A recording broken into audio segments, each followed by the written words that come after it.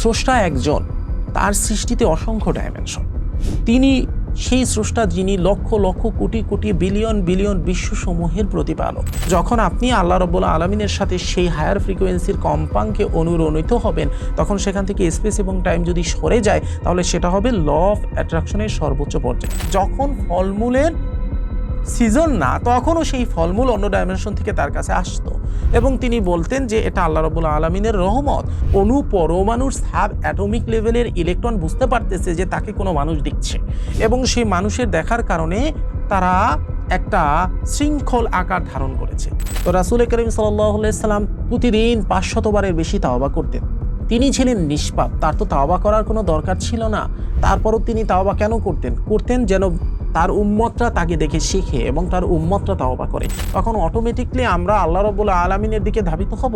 আল্লাহ রাব্বুল আলামিনের সেই হায়ার ফ্রিকোয়েন্সির সাথে আমরা টিউন হয়ে যাব এবং যখন আমরা হায়ার ফ্রিকোয়েন্সির সাথে টিউন হয়ে যাব, তখন যেই ব্ল্যাক ম্যাজিকে আমাদের উপর আঘাত হানতে যাবে, আমাদের পবিত্র কালামে পাকে সেই হায়ার ফ্রিকোয়েন্সি মুসা আলাইহিস সালামের সেই লাঠির সাপের মতো ওই ব্ল্যাক ম্যাজিক কি গিলে খাবে। আসসালামু আলাইকুম। ডিভাইন কোডেক্সের আজকের স্পেশাল পডকাস্টে আপনাদের স্বাগত জানাচ্ছি। আজকের আলোচ্য বিষয় ওয়াহদাতুল উজুদ এবং কোয়ান্টাম অবচেতন। আলোচনায় রয়েছেন আপনাদের পরিচিত মুখ, বিশিষ্ট কোরআন গবেষক হাফেজ সাইফুল্লাহ মনসুর। সঞ্চালনায় রয়েছে আমি গাজী সাদিক। চলুন আলোচনা শুরু করা যাক। আসসালামু আলাইকুম। ওয়ালাইকুম আসসালাম ওয়া রাহমাতুল্লাহ। আলহামদুলিল্লাহ। ওয়াহদাতুল উজুদ এবং কোয়ান্টাম অবচেতন আজকের আলোচনার বিষয়। সাধারণভাবে ওয়াহদাতুল উজুদ স্তরে পৌঁছে অবচেতন মনে ইসমে আজম ধারণ করলে কি কোয়ান্টাম ডাইমেনশনের সূত্রগুলো ভেঙে তাকে কারামতে রূপান্তরিত হয়? কি বলবেন? দেখুন, একটা কথা আমাদেরকে বুঝতে হবে যে আপনি প্রশ্ন করলেন যে ওয়াহদাতুল উজুদের যে স্তরে, এই স্তরে যদি একজন মানুষ উপনীত হয়, সেক্ষেত্রে তার জন্য কোয়ান্টাম ডাইমেনশনের যে সূত্রগুলো আছে এগুলো কাজ করে কিনা, না কাজ করে কারামতে রূপান্তরিত হয় কিনা, বা তার মাধ্যমে কারামত প্রকাশ পায় কিনা, এটা হচ্ছে মেন কথা। তো আমাদের সর্বপ্রথম বুঝতে হবে যে ওয়াহদাতুল উজুদ বিষয়টা কি। ওয়াহদাতুল উজুদ হচ্ছে স্রষ্টা এবং সৃষ্টির মাঝের যে একত্ব, সেটাকে বোঝায় ওয়াহদাতুল উজুদের মাধ্যমে। এখানে হচ্ছে সৃষ্টির বাস্তবিক অর্থে আলাদা কোনো ইচ্ছা, স্বাধীনতা বা আলাদা কোনো সত্তাগত প্রকাশ থাকে না, বরঞ্চ স্রষ্টার সাথে একই সত্তায় তারা প্রকাশিত হয়।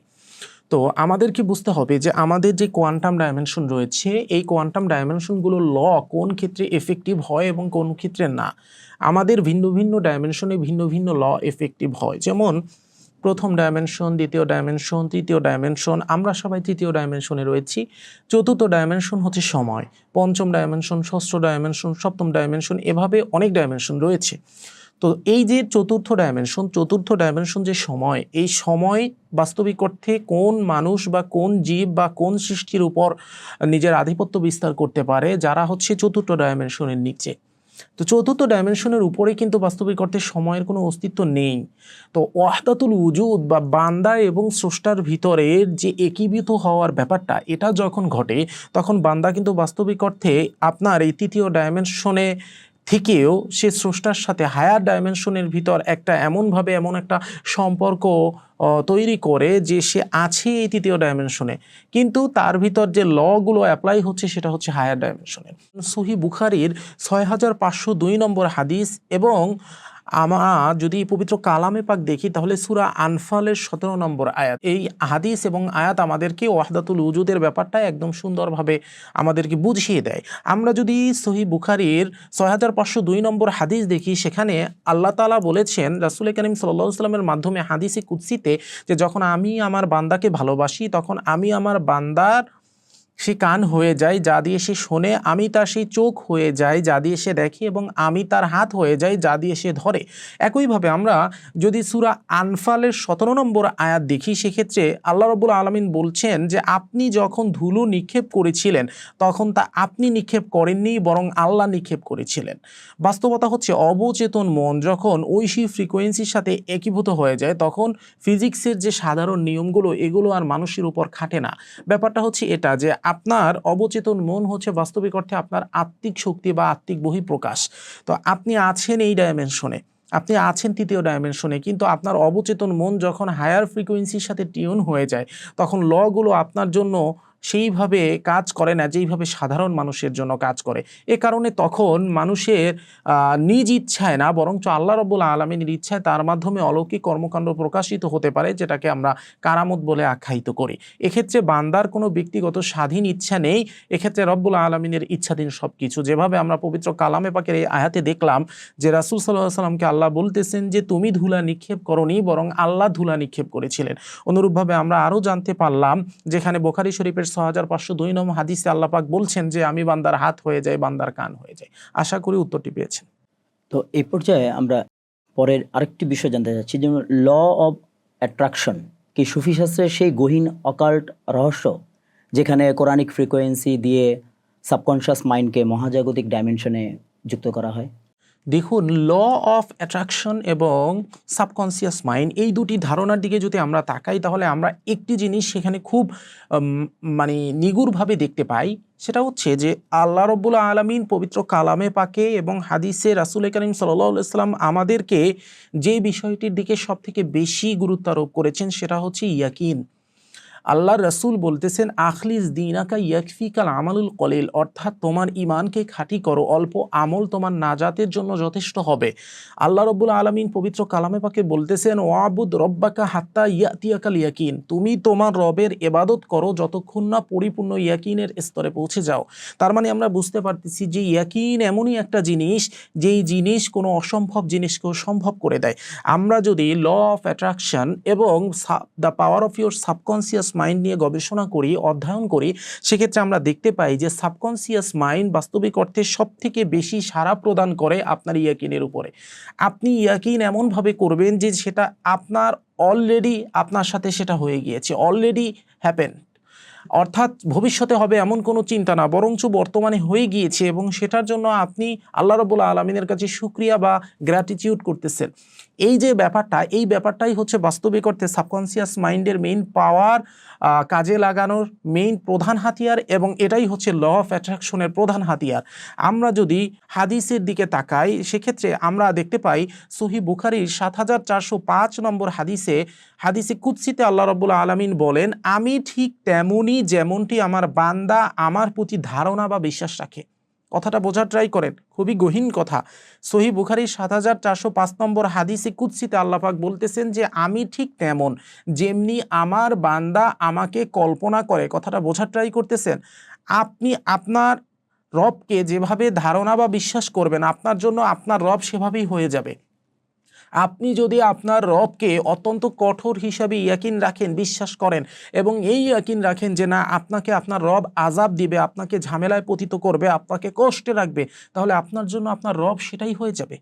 আপনি যদি আপনার রবকে ইয়াকিনে রাখেন যে না আমার রব মহা প্রেমময়, মহা রিজিক দাতা, তিনি আমাকে সর্বোচ্চ দিবেন, তিনি আমাকে প্রতিনিয়ত দেখছেন, তিনি আমাকে পর্যবেক্ষণ করছেন এবং আমাকে তিনি সব রকম হেফাজত দান করতেছেন, তাহলে আপনার রব আপনার জন্য সেরকম হয়ে যাবে। তো আমরা রাসূল করিম সাল্লাল্লাহু আলাইহি ওয়াসাল্লামের এই হাদিস থেকে জানতে পারলাম যে আল্লাহ রাব্বুল আলামিন ঠিক তেমনই যেমনটি তার বান্দা বিশ্বাস করে বা ইয়াকিন করে। অনুরূপভাবে আমরা যদি সূরা বাকারার 117 নম্বর আয়াত দেখি তখন আমরা দেখতে পাই আল্লাহ রাব্বুল আলামিন বলতেছেন যে তিনি যখন কোনো কিছু করার সিদ্ধান্ত নেন তখন শুধু বলেন কুন বা হও, আর তা হয়ে যায়। ব্যাপারটা বোঝার ট্রাই করেন, খুবই গহীন কথা। আমরা আল্লাহ রাব্বুল আলামিনের দরবারে হস্ত উত্তোলন করে কোনো কিছু যখন চাই তখন আমরা কি চাই? আমরা কি বলি? আমরা বলি হে আমার রব, আমি এই বিপদে পতিত হয়েছি, তুমি আমাকে সহায়তা করো। যখন আমরা এই দোয়াটা করি তখন আমাদের অন্তরের ভিতর কিন্তু এই চিন্তা থাকে যে আমার রব আমাকে যেন সহায়তা করে, তাই আমি দোয়াটা করতেছি। কিন্তু আপনি একবার ভাবুন, আপনি যদি দোয়াটা এভাবে না করে দোয়াটা এভাবে করেন যে হে আমার রব, আমি তোমার দরবারে শুকরিয়া জানাচ্ছি, তুমি আমার সমস্যাটা ইতিমধ্যে সমাধান করে দিয়েছো, এজন্য আমি তোমার কাছে শুকরিয়া জানাচ্ছি। সেক্ষেত্রে আপনি দেখেন আপনার ইয়াকিনের লেভেল আপনার রবের উপর কতটুকু অটুট। আল্লাহ রাব্বুল আলামিন এটাও হাদিসে কুদসিতে বলেছেন যে তোমার জুতার ফিতাও যদি ছিঁড়ে যায় তুমি সেটাও আমার কাছে হস্ত উত্তোলন করে চাও, আমি ব্যবস্থা করে দিব। আপনি আল্লাহর কাছে চাচ্ছেন যে হে আমার রব, তুমি আমাকে অর্থ সম্পদ দান করো, তুমি আমাকে সমস্যার সমাধান দান করো, তুমি আমাকে বিপদ থেকে উদ্ধার করো। এটা হচ্ছে একরকম চাওয়া। কিন্তু আপনি বিপদে পতিত হয়ে আল্লাহর কাছে বলতেছেন হে আমার রব, আমি তোমার কাছে শুকরিয়া আদায় করছি, তুমি অলরেডি আমাকে বিপদ থেকে উদ্ধার করে দিয়েছো, এটা হচ্ছে আর এক রকম জিনিস। তো যখন আপনি এই ইয়াকিন নিয়ে আল্লাহর কাছে ডিরেক্ট বলবেন যে আমি শুকরিয়া আদায় করতেছি, তুমি অলরেডি আমাকে বিপদ থেকে নাজাত দিয়ে দিয়েছো, তার মানে আপনার রব দেখতেছেন যে আপনি আপনার রবকে সেই স্থানে অধিষ্ঠিত করতেছেন যে এই স্থানে সে অলরেডি আপনাকে উদ্ধার করে ফেলেছে। এবং হাদিসে কুদসির এই পবিত্র হাদিস ৭৪০৫ নম্বর হাদিস অনুসারে, হাদিসে বুখারী শরীফের এই ৭৪০৫ নম্বর হাদিস অনুসারে আল্লাহ রাব্বুল আলামিন আপনার জন্য ঠিক তেমন হয়ে যান যেমন আপনি আল্লাহ রাব্বুল আলামিনকে বিশ্বাস করেন বা ইয়াকিন রাখেন। এবং তিনি একই সাথে আপনি দেখতে পাচ্ছেন সূরা বাকারার ১১৭ নম্বর আয়াতেও তিনি বলেছেন যে যখন তিনি কোনো কিছু করতে চান তখন বলেন কুন হও, সাথে সাথে তা হয়ে যায়। তার মানে কানেকশনটা আপনি বুঝতে পারতেছেন, কানেকশনটা সম্পূর্ণরূপে আপনার ইয়াকিনের। আপনি আপনার রবকে যেরূপ ভাববেন আপনার রব আপনাকে সেরূপ উত্তর দিবে, এবং সে উত্তর দেওয়ার জন্য যখন বলবে কুন হও, সাথে সাথে ফায়াকুন হয়ে যাবে। একইভাবে আল্লাহ রাব্বুল আলামিন কিন্তু আরও একটি হাদিসে কুদসিতে বলেছেন যে আমার বান্দা যদি আমাকে একবার ডাকে আমি আমার বান্দার 10 বার উত্তর দেই। আমার বান্দা আমার দিকে হেঁটে আসলে আমি তার দিকে দৌড়ে যাই। এই জিনিসগুলোর মানে কি? এই জিনিসগুলোর মানে হচ্ছে আমাদের ইয়াকিন অটুট থাকতে হবে, এবং এই ইয়াকিন হচ্ছে আমাদের সব কিছু দিয়ে দিবে। এই ইয়াকিনই হচ্ছে ল অফ অ্যাট্রাকশনের মূল ভিত্তি, এবং এই ইয়াকিনই হচ্ছে সাবকনসিয়াস মাইন্ডের পাওয়ার আপনার জীবনে কিভাবে কাজে লাগানো যায় তার মূল চাবিকাঠি, যেটা আজ থেকে প্রায় ১৫০০ বছর পূর্বে রাসূল কারীম সাল্লাল্লাহু আলাইহি ওয়াসাল্লাম হাদিসেও বলে গিয়েছেন, এবং পবিত্র কোরআন পাকের আয়াতও আমাদেরকে এটাই শিক্ষা দিচ্ছে। আশা করি বুঝতে পেরেছেন। এ পর্যায়ে আমরা আরেকটু জানি যে আসমাউল হুসনার ভাইব্রেশন যখন অবচেতন মনের ল অফ অ্যাট্রাকশনকে জাগ্রত করে, তখন কি একজন মানুষ ইনসানে এলাহির স্তরে গিয়ে কারামত দেখাতে সক্ষম হন? দেখুন, আপনার প্রশ্নটা অত্যন্ত সুন্দর, কিন্তু আমাদেরকে একটা জিনিস মনে রাখতে হবে যে আপনার আসমাউল হুসনার ভাইব্রেশন যখন অবচেতন মনের ল অফ অ্যাট্রাকশনকে জাগ্রত করে, এটা আমাদেরকে বুঝতে হবে যে একজন মানুষের ভিতর আসমাউল হুসনার ভাইব্রেশন যদি অবচেতন মনে যায়, তাহলে সেই মানুষের বাস্তবিক অর্থে বাহ্যিক কী পরিবর্তন হয় এটা আমাকে আগে বুঝতে হবে। ঠান্ডা মাথায় একটা জিনিস বোঝার ট্রাই করেন, একটা লবণের কণা যদি সমুদ্রে নিক্ষেপ করা হয় তাহলে সে সমুদ্রের সাথে মিশে যায়। এখন আপনি সমুদ্রের যে প্রান্ত থেকে মুখে এক ফোঁটা পানি নেন না কেন, সেই প্রান্তের পানির স্বাদ কিন্তু একই রকম হয়। আপনি আপনার ঘরে এক টুকরা লবণ জিহ্বায় নিলে যেই স্বাদ হবে, আপনি সমুদ্রের যে কোনো প্রান্ত থেকে এক ফোঁটা পানি যদি জিহ্বায় নেন সেম স্বাদ হবে, তাই না? ব্যাপারটা তো সত্য। তো আমরা এক ফোঁটা লবণ যখন সমুদ্রে মিশে যায় তখন সে কিন্তু সমুদ্রের সাথে একীভূত হয়ে যায়। তখন সমুদ্রর গতি যেদিকে যায়, সমুদ্রর ঢেউ যেদিকে যায়, ওই লবণও কিন্তু ওই ঢেউয়ের সাথে সেদিকেই যায়। এক্ষেত্রে কিন্তু লবণের আলাদাভাবে কোনো ইচ্ছা বা শক্তি থাকে না। অনুরূপভাবে যখন একজন ব্যক্তির ভিতর আসমাউল হুসনার ভাইব্রেশনগুলো ইনস্টল হয়ে যায়, তখন ওই ব্যক্তি আস্তে আস্তে ইনসানে ইলাহির পর্যায়ে চলে যায়। যখন ইনসানে ইলাহির পর্যায়ে চলে যায় তখন ওই ব্যক্তির নিজের আর কোনো স্বাধীন ইচ্ছা শক্তিই থাকে না। তখন তিনি আল্লাহ রাব্বুল আলামিনের একটা আয়না স্বরূপ হয়ে যায়। অর্থাৎ আল্লাহ রাব্বুল আলামিনের যেই অলৌকিকত্ব এটা তার মাধ্যমে প্রকাশিত হয়। তাকে দেখে তার ক্রিয়াকাণ্ডের মাধ্যমে তার মাধ্যমে প্রকাশিত অলৌকিকত্ব দেখে মানুষ আল্লাহ রাব্বুল আলামিনের পরিচয় প্রাপ্ত হয়। যেভাবে হযরত খাজা মঈনুদ্দিন চিশতি রহমাতুল্লাহ আলাইহি, যেভাবে শাহজালাল রহমাতুল্লাহ আলাইহি, শাহপরান রহমাতুল্লাহ আলাইহি, এরা আল্লাহ রাব্বুল আলামিনের আয়না স্বরূপ ছিলেন। আমরা যদি একজন শিল্পকারের কর্ম সম্পর্কে অবহিত হতে চাই, সেক্ষেত্রে ওই শিল্পকার ভালো না খারাপ এটা আমরা কিভাবে বুঝবো? বুঝবো তার কর্ম দেখে, তাই না? আমরা মোনালিসা যে এঁকেছে সেই ব্যক্তির গুণ কিভাবে বুঝতে পারবো? মোনালিসা দেখে না? আমরা মোনালিসা দেখেই তো বুঝতে পারবো যে অমুক ব্যক্তি এত সুন্দরভাবে মোনালিসা আঁকছে, তার মানে অমুক ব্যক্তির অনেক গুণ। অনুরূপভাবে আমার পডকাস্ট যারা দেখতেছে তারা আমার গুণ কিভাবে জানবে? আমার পডকাস্ট দেখেই তো তারা জানবে। আমার জ্ঞান সম্পর্কে তারা আমার পডকাস্ট দেখে জানবে, আমার কর্ম সম্পর্কে তারা আমার পডকাস্ট দেখে জানবে। তো যখন কোনো ব্যক্তি আসমাউল হুসনার ভাইব্রেশনে সম্পূর্ণরূপে প্রকম্পিত হয়ে যায়, তার ভিতর আসমাউল হুসনার ভাইব্রেশন ইনস্টল হয়ে যায়, তখন সেই ইনসানি ইলাহি অর্থাৎ আল্লাহ রাব্বুল আলামিনের আয়না স্বরূপ প্রতীয়মান হয়। এবং এই ব্যক্তির মাধ্যমে আল্লাহ রাব্বুল আলামিন তার নিজ ইচ্ছায় এমন এমন কিছু কর্ম প্রকাশিত করেন যে কর্মগুলো ওই ব্যক্তির মাধ্যমে আল্লাহ রাব্বুল আলামিনের পরিচয় প্রকাশ করে। তো আপনি প্রশ্ন যে করলেন যে কারামত দেখাতে কি তিনি সক্ষম হন, বাস্তবিক অর্থে এখানে তার সক্ষম হওয়ার কোনো দরকারই পড়ে না, কারণ সে তো তার নিজ ইচ্ছার বশীভূতই থাকে না। সে ফানাফিল্লা বাকাবিল্লার স্তরে চলে যায়, তখন কারামত অটো তার সাথে তার মাধ্যমে প্রকাশিত হয়। এ কারণে আমরা যদি দেখি সুনানে তিরমিজি 3146 নম্বর হাদিসে রাসূল করিম সাল্লাল্লাহু আলাইহি সাল্লাম বলেন, মুমিনের অন্তর্দৃষ্টিকে ভয় করো, কারণ সে আল্লাহর নূর বা আলো দিয়ে দেখে। যখন তার নিজস্ব কোনো ইচ্ছা বাকি থাকে না, তখন আমরা পবিত্র কালামে পাকের সূরা দাহরের 30 নম্বর আয়াতের দিকে তাকাই, তখন সেখানে 30 নম্বর আয়াতের বাস্তবতা তৈরি হয়। সূরা দাহরের 30 নম্বর আয়াত, সেখানে আল্লাহ রাব্বুল আলামিন বলেন যে আল্লাহর ইচ্ছা ছাড়া তোমার কোনো ইচ্ছাই তুমি করতে পারো না। বুঝতে পারছেন? আল্লাহর ইচ্ছা ছাড়া তোমরা কোনো ইচ্ছাই করতে পারো না। আল্লাহ যদি না চায় তাহলে আপনি আমি কোনো ইচ্ছাই করতে পারতেছি না। আল্লাহ চাইছে তাই আমি পডকাস্ট করতেছি, আল্লাহ চাইছে তাই আমি এই বার্তাগুলো দিতে পাচ্ছি। যদি আমি আল্লাহ রাব্বুল আলামিনের সাথে সেই ফ্রিকোয়েন্সিতে টিউন হয়ে যাই, তখন আমাদের উপরে সূরা দাহরের এই 30 নম্বর আয়াতের বাস্তবতা তৈরি হবে। আমি আশা করি উত্তরটি পেয়েছেন। মাশাআল্লাহ। এ পর্যায়ে আমরা আরেকটু জানতে চাই, কোয়ান্টাম সায়েন্সের সমান্তরাল ডাইমেনশন কি ওয়াহদাতুল উজুদের প্রতিচ্ছবি, যেখানে ইসমে আজমের ধ্বনি অবচেতন মনকে সরাসরি ঐশী শক্তির সাথে মিলিয়ে দেয়? দেখুন, কোয়ান্টাম ফিজিক্সে মাল্টিভার্স বা সমান্তরাল ইউনিভার্স বলতে একটা কথা রয়েছে। তো এখন এই মাল্টিভার্স বা সমান্তরাল ইউনিভার্স বা মহাবিশ্বের যে তত্ত্ব, সেখানে আমরা কিন্তু ভাবতে পারি যে একই সাথে অসংখ্য বাস্তবতার অস্তিত্ব থাকে। আমরা যদি পবিত্র কালামে পাকে সূরা ফাতিহার দিকে তাকাই, তাহলে আমরা সেখানে দেখতে পাই আল্লাহ রাব্বুল আলামিন প্রথমেই বলছেন আলহামদুলিল্লাহি রাব্বিল আলামিন, সমস্ত প্রশংসা আল্লাহর জন্য, যিনি সকল বিশ্বসমূহের প্রতিপালক। এখানে কিন্তু আল্লাহ রাব্বুল আলামিনকে বিশ্বসমূহের প্রতিপালক বলা হচ্ছে, আলামিন বলা হচ্ছে না আলাম। যদি এখানে আলাম বলা হতো তাহলে তার মানে ছিল একটি বিশ্ব, কিন্তু এখানে বলা হচ্ছে আলামিন অর্থাৎ বিশ্বসমূহ।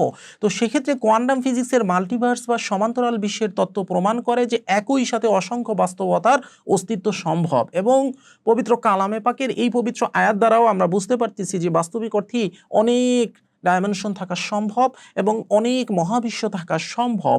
এখন ওয়াহদাতুল উজুদ দর্শন কি বলে, এটা আমাদেরকে বুঝতে হবে। এই ওয়াহদাতুল উজুদ দর্শন বলে যে যত কিছু আছে, এই যে যত ডাইমেনশন বা এই যে যত মহাবিশ্ব যা কিছু আছে, এই সব কিছু বাস্তবিক অর্থে এক এবং অদ্বিতীয় সত্তারই অসংখ্য রূপ বা আয়নার মতো প্রতিচ্ছবি। অর্থাৎ এই মহাবিশ্বে যা কিছু আমরা দেখতে পাচ্ছি, এগুলো বাস্তবিক অর্থে আল্লাহ রাব্বুল আলামিনের আয়না স্বরূপ, তার গুণ প্রকাশক প্রতিচ্ছবি ছাড়া আর কিছুই না। এটাই হচ্ছে ওয়াহদাতুল উজুদের মেইন ধারণা। তো যদি ওয়াহদাতুল উজুদের মেইন ধারণা এটা হয়, তাহলে আমরা যদি সূরা আর রহমানের 29 নম্বর আয়াতের দিকে তাকাই, তাহলে আপনি কল্পনাও করতে পারবেন না এখানে কি বলা হচ্ছে। আল্লাহ রাব্বুল আলামিন বলতেছেন যে মহাবিশ্বের সবাই তার কাছে প্রার্থনা করে, কিন্তু তিনি প্রতিদিন নতুন নতুন রূপ বা শানে আত্মপ্রকাশ করেন। কথা বুঝতে পারতেছেন? এখানে আল্লাহ রাব্বুল আলামিন বলতেছেন যে মহাবিশ্বের সবাই তার কাছেই প্রার্থনা করে, সূরা রহমানের 29 নম্বর আয়াতে, কিন্তু তিনি প্রতিদিন নতুন নতুন রূপ বা শানে আত্মপ্রকাশ করেন।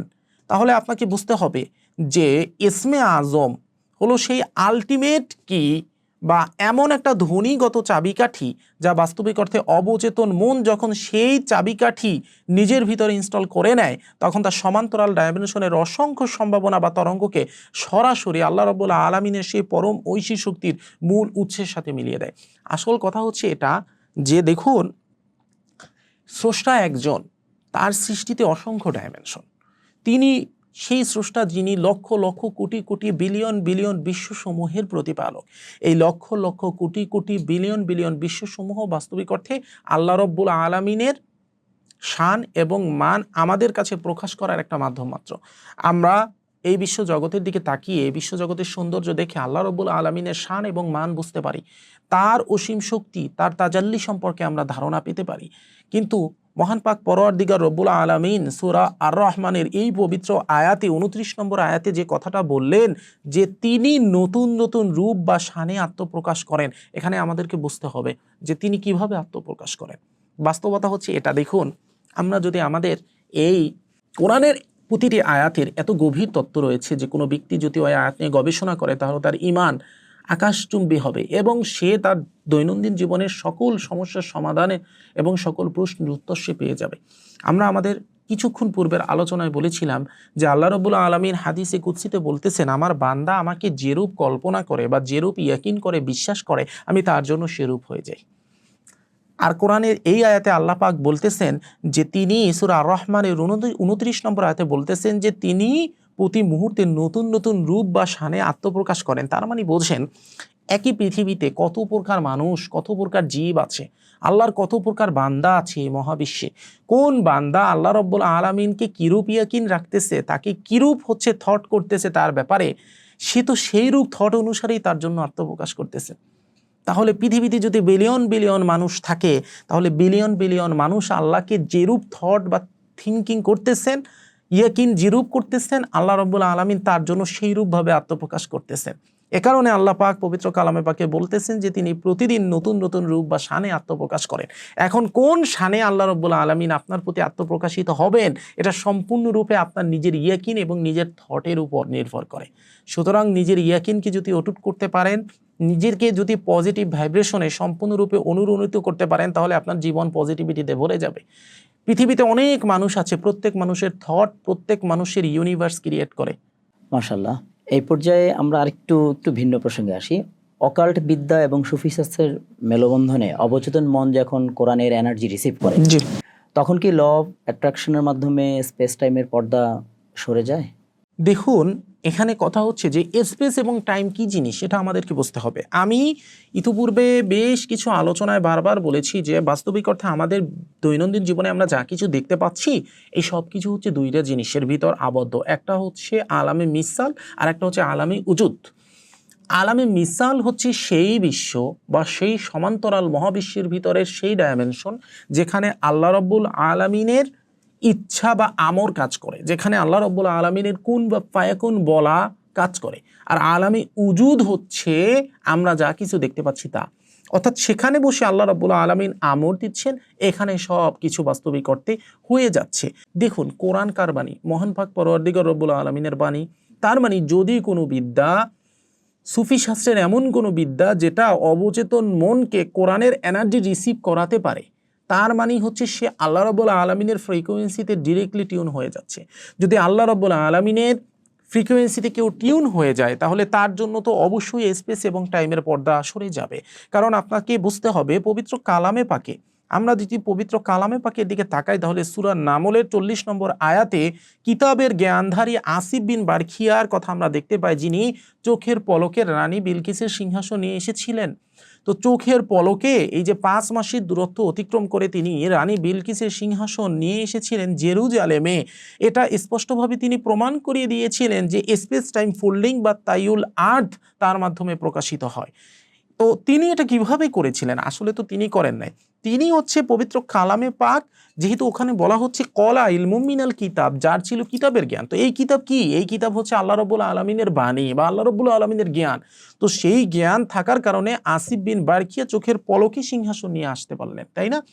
তো এর গহীন ব্যাখ্যা হচ্ছে এটা যে আসিফ বিন বারখিয়া রহমাতুল্লাহ আলাই, যিনি ছিলেন একজন সাধারণ সাহাবী, কিন্তু তিনি কোরআনের বা সেই গোপন কিতাবের সেই ফ্রিকোয়েন্সিতে নিজেকে টিউন করতে পারছেন, যার কারণে আমরা দেখতে পাচ্ছি যে এখানে স্পেস এবং টাইম তার জন্য কিন্তু কোনো ম্যাটার করে নাই।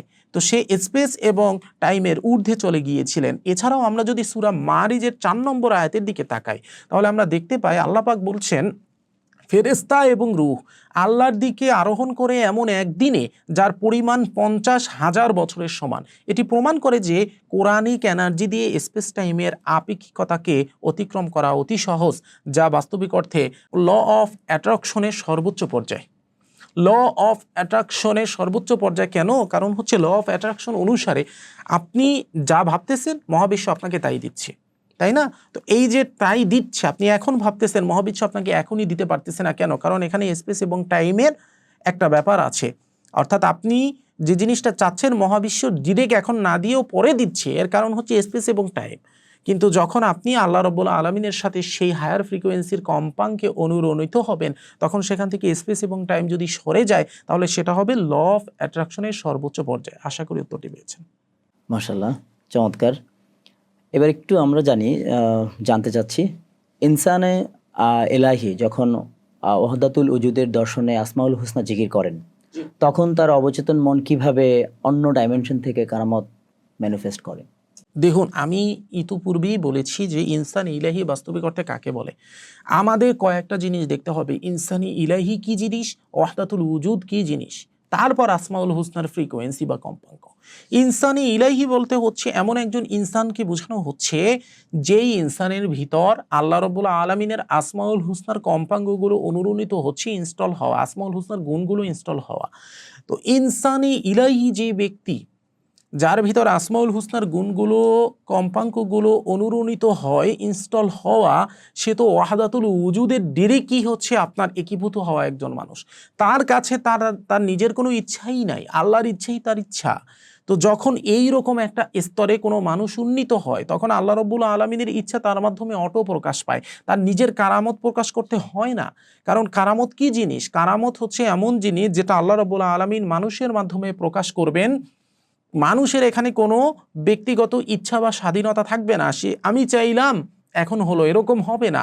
আল্লাহ রাব্বুল আলামিনের ইচ্ছা এবং তার আদেশ অনুসারে যখন তখন এটা সংগঠিত হবে, এবং এখানে সেই ব্যক্তির কোনো হাত থাকবে না। তাহলে বুঝতে হবে এটা কখন সংগঠিত হবে। এটা তখন সংগঠিত হবে যখন আল্লাহ রাব্বুল আলামিন ওই নির্দিষ্ট ব্যক্তির সম্মান মানুষের সামনে বৃদ্ধি করতে চাচ্ছে এবং একই সাথে দ্বীনের খেদমত এবং তার ঐশী পরিকল্পনা বাস্তবায়ন করতে চাচ্ছে।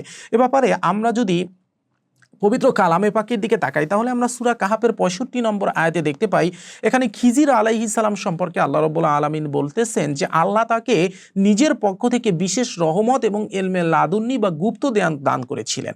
আমরা যদি সূরা আল ইমরানের 37 নম্বর আয়াতে দেখি, তাহলে আমরা দেখব যে হযরত মারিয়াম আলাইহিস সালামের কাছে অন্য ডাইমেনশন থেকে অসময়ের ফলমূল আসতো এবং তিনি বলেছিলেন এগুলো আল্লাহর পক্ষ থেকে। কাহিনী কি? অর্থাৎ মারিয়াম আলাইহিস সালামের কাছে সূরা আল ইমরানের 37 নম্বর আয়াত আমাদেরকে বলতেছেন যে যখন ফলমূলের সিজন না, তখনও সেই ফলমূল অন্য ডাইমেনশন থেকে তার কাছে আসতো এবং তিনি বলতেন যে এটা আল্লাহ রাব্বুল আলামিনের রহমত। তাহলে আল্লাহ রাব্বুল আলামিনের রহমত তখন তার কাছে কেন প্রকাশিত হয়েছিল? কারণ তখন মারিয়াম আলাইহিস সালামের মাধ্যমে হযরত ঈসা আলাইহিস সালামের পৃথিবীতে আগমন এবং ঈসা আলাইহিস সালামের মাধ্যমে যে ধর্ম প্রচার, এটা আল্লাহ রাব্বুল আলামিনের একটা ঐশী পরিকল্পনা ছিল। এখানে মারিয়াম আলাইহিস সালামের নিজের কোনো ব্যক্তিগত ইচ্ছা বা স্বাধীনতা ছিল না, কিন্তু আল্লাহ রাব্বুল আলামিন তার মাধ্যমে এই কারামত প্রকাশিত করলেন। সুতরাং আমরা বুঝতে পারি যে যে ব্যক্তি আসমাউল হুসনার কম্পাঙ্কে অনুরণিত হতে পারে, ওয়াহদাতুল উজুদের মাঝে নিজেকে বিলীন করতে পারে, ইনসানি ইলাহির স্তরে পৌঁছাতে পারে, আল্লাহ রাব্বুল আলামিন তার মাধ্যমে অবশ্যই কারামত প্রকাশিত করেন এবং সেই কারামত প্রকাশিত হয় সম্পূর্ণরূপে আল্লাহ রাব্বুল আলামিনের কোনো ঐশী পরিকল্পনা বাস্তবায়নের জন্য। আশা করি উত্তরটি পেয়েছেন।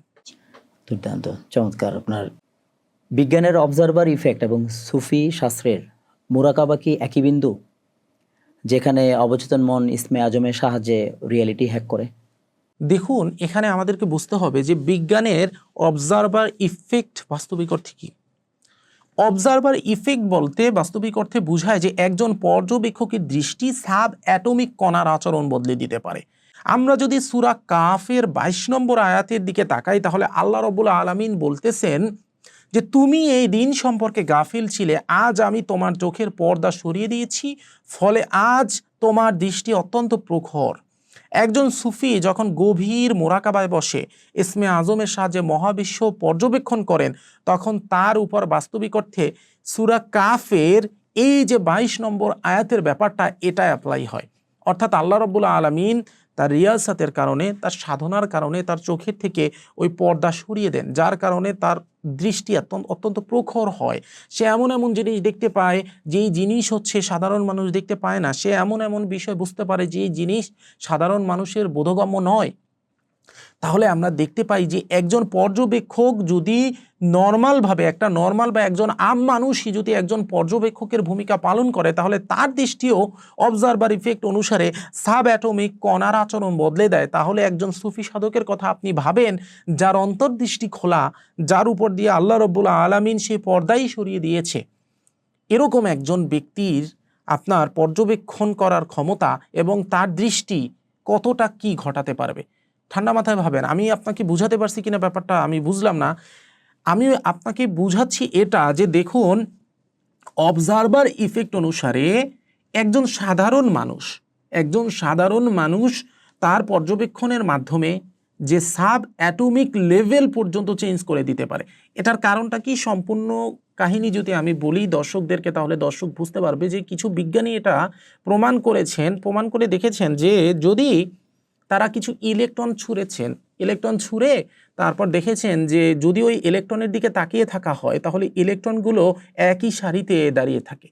অর্থাৎ যেভাবে হচ্ছে মানুষ পিটি করে না, পিটির সময় বাচ্চারা যেমন একই সারিতে দাঁড়িয়ে থাকে, সেভাবে ইলেকট্রনগুলো একই সারিতে দাঁড়িয়ে থাকে যদি ইলেকট্রনগুলো এটা বুঝতে পারে যে তাদের কেউ পর্যবেক্ষণ করছে বা দেখছে। কিন্তু যদি তাদের দেখা না হয়, ইলেকট্রনগুলোকে ছুঁড়ে অন্যদিকে চলে যাওয়া হয়, পরবর্তীতে তাকিয়ে দেখলো বিজ্ঞানীরা যে সেখানে ইলেকট্রনগুলো মানে ছিন্ন বিচ্ছিন্ন অবস্থায়, অর্থাৎ অণু পরমাণুর সাব অ্যাটমিক লেভেলের ইলেকট্রন বুঝতে পারতেছে যে তাকে কোনো মানুষ দেখছে, এবং সেই মানুষের দেখার কারণে তারা একটা শৃঙ্খল আকার ধারণ করেছে, খুবই শৃঙ্খল আকার ধারণ করে তারা একদম পিটিতে থাকা বাচ্চাদের মতো দাঁড়িয়ে গেল। যখন তাদেরকে দেখা হলো না তখন তারা ছিন্ন বিচ্ছিন্ন হয়ে গেল। তো একজন সাধারণ মানুষের পর্যবেক্ষণে যদি এটা হতে পারে, তাহলে এমন একজন মানুষ বা এমন একজন সুফি সাধক যার চোখের পর্দা আল্লাহ রাব্বুল আলামিন সরিয়ে দিয়েছেন তার রিয়াজাতের কারণে, সাধনার কারণে, তাহলে তার দৃষ্টিতে কত কি ঘটতে পারে একবার কল্পনা করেন। এ ব্যাপারে আমরা যদি পবিত্র কালামে পাকের আরও একটি আয়াতের দিকে তাকাই, সেটা হচ্ছে সূরা বাকারার 115 নম্বর আয়াত। সেখানে আল্লাহ রাব্বুল আলামিন বলতেছেন যে যেদিকে তাকান মানে আপনি আমরা যেদিকেই তাকাই না কেন সেদিকেই আল্লাহর অস্তিত্ব দেখতে পাবো। বুঝতে পারছেন? এটা আমার কথা না, এটা সূরা বাকারার 115 নম্বর আয়াতের কথা। তার মানে যদি কোনো সুফি সাধক ওই স্তরে নিজেকে উন্নীত করতে পারে, তখন আল্লাহ রাব্বুল আলামিন তার চোখের পর্দাটাকে সরিয়ে দিবে। যখন তার চোখের পর্দাটাকে আল্লাহ রাব্বুল আলামিন সরিয়ে দিবে, তখন সে সূরা বাকারার 115 নম্বর আয়াতের মতো যেদিকেই তাকাবে সেদিকেই আল্লাহর অস্তিত্ব দেখতে পাবে। এবং এমন একজন সুফি সাধকের পর্যবেক্ষণ করার যে ক্ষমতা, সেই ক্ষমতার কারণে সাব অ্যাটমিক লেভেল পর্যন্ত কিভাবে চেঞ্জ হবে বা কত অলৌকিক কর্মকাণ্ড ঘটিত হতে পারে, সেটা আমি আপনাদের বিবেকের কাছেই ছেড়ে দিলাম। আশা করি বুঝতে পেরেছেন। চমৎকার বিস্তারিত, এবং আশা রাখি দর্শকরাও এ থেকে বুঝতে পারবেন। এ পর্যায়ে বলবেন কি যে কোরআনের গহীন আধ্যাত্মিকতা কি অবচেতন মনকে প্রোগ্রাম করলে কি ল অফ অ্যাট্রাকশন কোনো অকাল্ট ম্যাজিকের চেয়েও দ্রুত গতিতে কাজ করে? জি শুনুন, একটি কথা আমাদেরকে বুঝতে হবে, সেটা হচ্ছে ল অফ অ্যাট্রাকশন কাজ কিভাবে করে। ল অফ অ্যাট্রাকশন কাজ করে আপনার ইয়াকিনের উপর ভিত্তি করে, ঠিক আছে? তো এখন অকাল বা ব্ল্যাক ম্যাজিক বা কালো জাদু, এটা হচ্ছে মূলত নিচু স্তরের কিছু ডার্ক এনার্জি ব্যবহার করে কাজ করা। সূরা বাকারার 102 নম্বর আয়াতে আল্লাহ রাব্বুল আলামিন কিন্তু বলেছেন যে জাদু কেবল ক্ষতি সাধন করতে পারে, কোনো প্রকৃত উপকার বাস্তবিক অর্থে জাদু করতে পারে না। তার মানে অকাল্টের মাধ্যমে বা জাদুর মাধ্যমে যা কিছু করা হয় সেটা বাস্তবিক অর্থে অন্য মানুষের ক্ষতিই হবে, সেটা কখনো উপকার হবে না, এবং এটা বাস্তবিক অর্থে অতি নিচু স্তরে ডার্ক এনার্জি ব্যবহার করে করা হয়।